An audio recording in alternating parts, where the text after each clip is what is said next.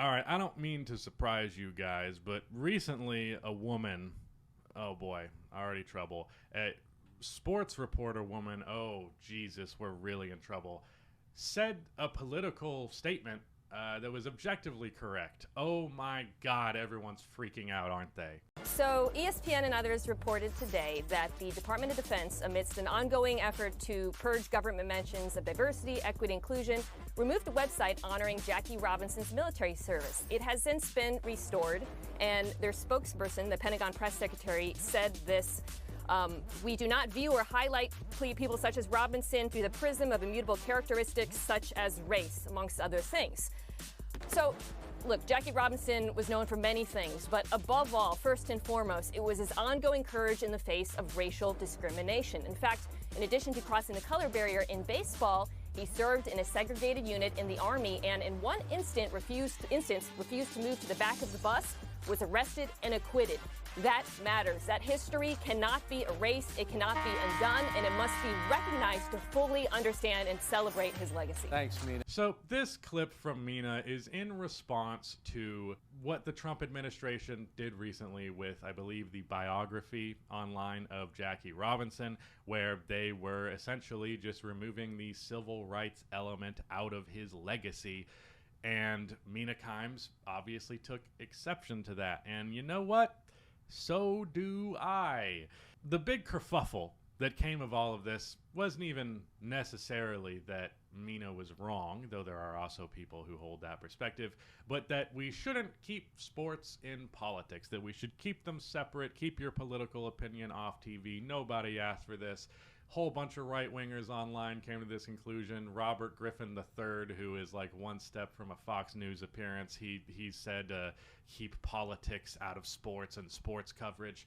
But what we are encountering here is a concept that a lot of people who are not very politically adept struggle with, which is the idea of intersectionality, which is that these things are not truly separate, though you can try and compartmentalize politics separate from other things in the world in your brain.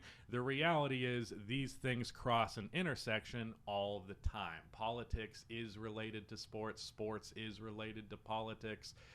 Politics is related to water. Politics is related to food. Politics is related to breathing. All of that shit is politics, and a lot of people have a very strict definition of what politics even means, which is the moment that you mention a word that it's just not something that you like very much. The moment that you say something good about someone who's not a white man. I don't think that's a large amount of people, but it is not insignificant. Large population-wise, it is a large amount of people, unfortunately. But what she's saying, that you cannot separate the legacy of Jackie Robinson from his political place in history, is entirely correct. It is pretty close to objectively correct. In fact, I would go as far as to say that it is. Now, a sentiment that I can understand, although it is a dangerous, understandable sentiment, is the idea of separating Jackie Robinson, the baseball player, from Jackie Robinson, the political figure that he ended up being. I can understand the sentiment that comes from that. It's very much rooted in a we don't see race politics perspective, however, which is that we don't like that Jackie Robinson's legacy is so defined by all the bad stuff that happened to him. Why don't we spend more time highlighting the good stuff that happened to him? And there might be a place for that. Again, I will remind you what Mina is talking about is in response to something that is overtly political. But Jackie Robinson's legacy, whether you like it or not, is inherently intertwined with his place in the civil rights movement. It just is. It just is. You say the name Jackie Robinson to a person who doesn't know anything about sports, that is the first thing that comes to everybody's mind. That's why my girlfriend knows who Jackie Robinson is. Do you think she knows many baseball players? I fucking don't. So she damn well doesn't. Robinson's courage in the face of the adversity that he experienced, going out there and being a dominant athlete against his field and ushering in a new era of the sport of integration across the country, It's one of the greatest stories in the history of sport. And that's the thing that really bothers me about the separate politics from sports crowd. You cannot untether politics from everything else, whether you would like it to or not. But more importantly than that, at least more importantly to me in my heart, maybe not in the actual tangible reality of it, but what truly gets to me is that I think politics intersecting with sports is often the best of sports that we get, the most important and impactful moments in the history of sports. Jackie going through the adversity that he did is powerful. It is a incredible feat that has meant a lot to a lot of people. Sports is a very all-encompassing thing, and it can be a way that people see eye to eye where they otherwise didn't. Fucking Shane Gillis has that joke about remember the Titans, and it was like it took like 5 weeks of kicking ass at high school football for the entire country to be like, you know what, I think we like black people now. Like, that's, sports are such a great platform and avenue that to not use it, it's okay to not use it, but to act like you shouldn't, to act like it's weird that someone would, it's ridiculous and ignorant. Jesse Owens, in I think it's the 38 Olympics, dusts Germany's white boy, runs fucking laps around him, cooks, wins the race. He is the fastest man in the world. And in the crowd, watching this black American man prevail over their blue-eyed little twink, in the crowd is Adolf Hitler watching his superior race get his ass kicked. Superior race, my fucking ass. That is one of, if not the most important and powerful moments in the history of sport.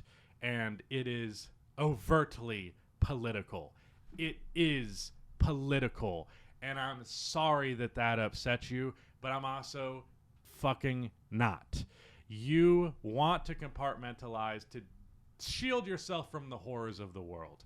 But when you do that, when you deny, whether it's just by denying outright or just by quietly cutting it out of the history textbooks, one way or the other, you are whitewashing.